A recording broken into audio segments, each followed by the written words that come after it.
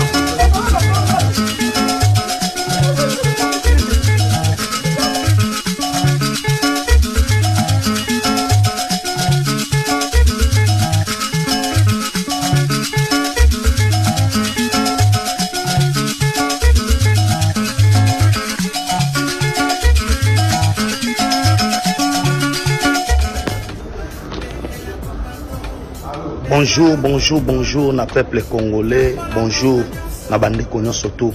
Message adressé na son excellence Félix Antoine Tshisekedi Tshilombo, Fachi Béton, biso ba communicateur na yo. Message adressé na la distinguée première dame Maman Denise Nyakero Tshisekedi. Maman toza à quelques jours ya auto bengi campagne électorale. Bisika wapi mokonza mboka alakaki biso kesengela ya kutana biso et na photo bo monto la kisana sima wana. Jusque là mokonza mboka bato nyonso to achaki biso na bango en contact poto kutana et simbika kate biso banani biso ba communicateur bénévole ba communicateur du chef oyo to sara musala rien que pour la chef de l'état.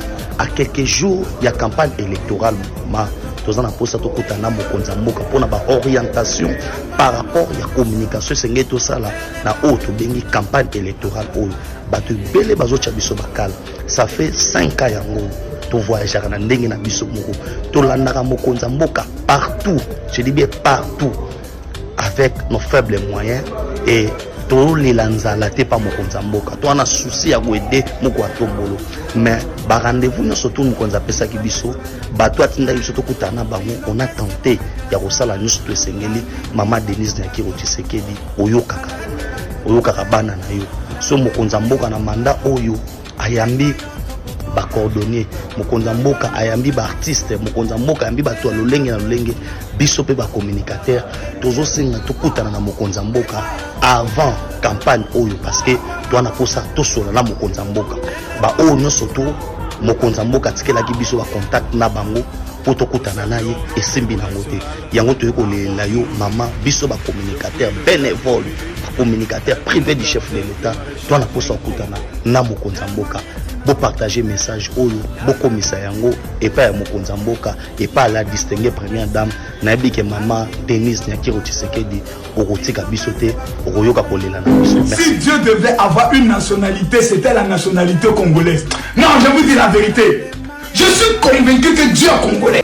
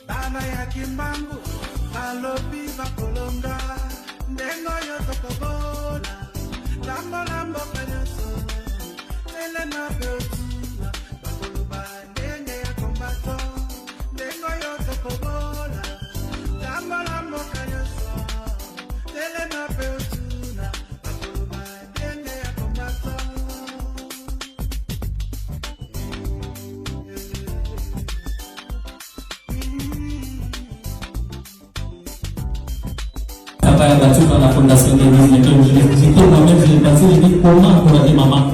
On dit même la plus belle femme du monde n'étonne que c'était là. Que j'ai pris les peu que j'avais, je dis maman, tenez. Ce que je vous ai donné là, je voulais donner avec tout mon cœur. C'est sans arrière-pensée. Quand vous êtes...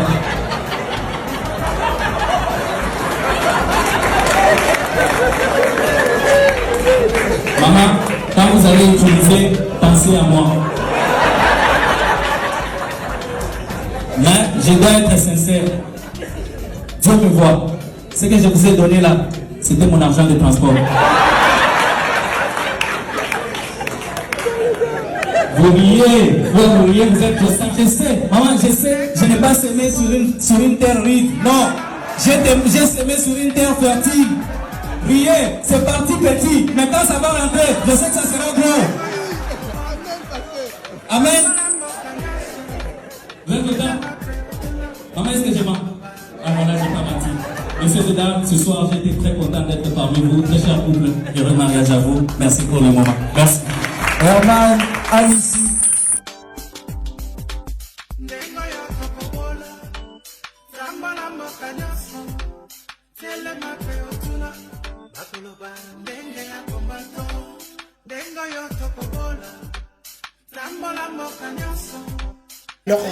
Leur travail. Moi, je me dis ceci, c'est quoi le problème? Vous voulez que Fachi puisse échouer? Vous ne voulez pas payer les fonctionnaires, vous ne voulez pas payer les députés. Nous-mêmes qui avons travaillé à la francophonie, on m'a dit de ne pas parler, vous ne voulez pas nous payer. Nous avons travaillé, nous avons fait de la francophonie, c'est qu'elle est.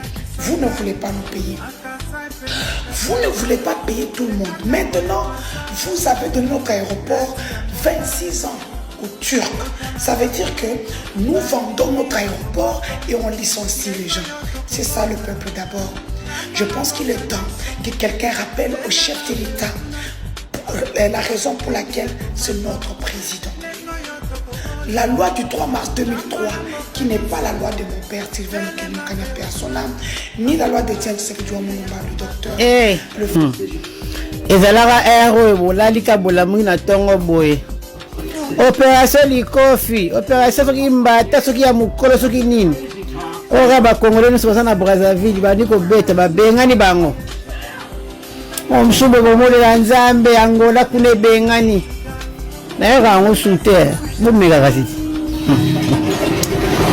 Musakana na mwana papa parents nous t'a protéger la bana eh. To pay me pardon.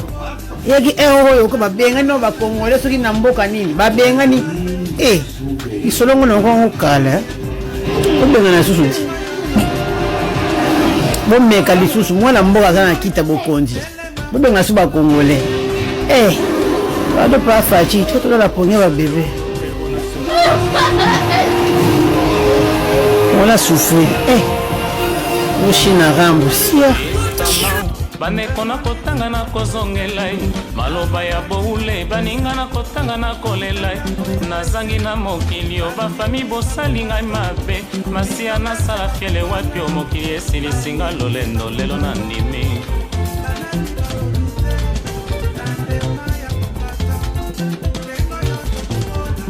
testament baneko na kotanga na kozongelai maloba ya boule baninga na kotanga na kole.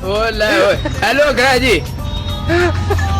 Grady, je vais bien au nom de Dieu. Mina seme. Ona baba karso wota betren kuna na bon pombe pa ne. To hapana ule. Hapa pengine tunakuna na bon pombe kila siku hapa. Bachimbang. Poto mina bawana o bana asema ni mkolation asema kwa étudiant bana funda ka saka ni bana funda ko bishiko mu yo hapa sasa asema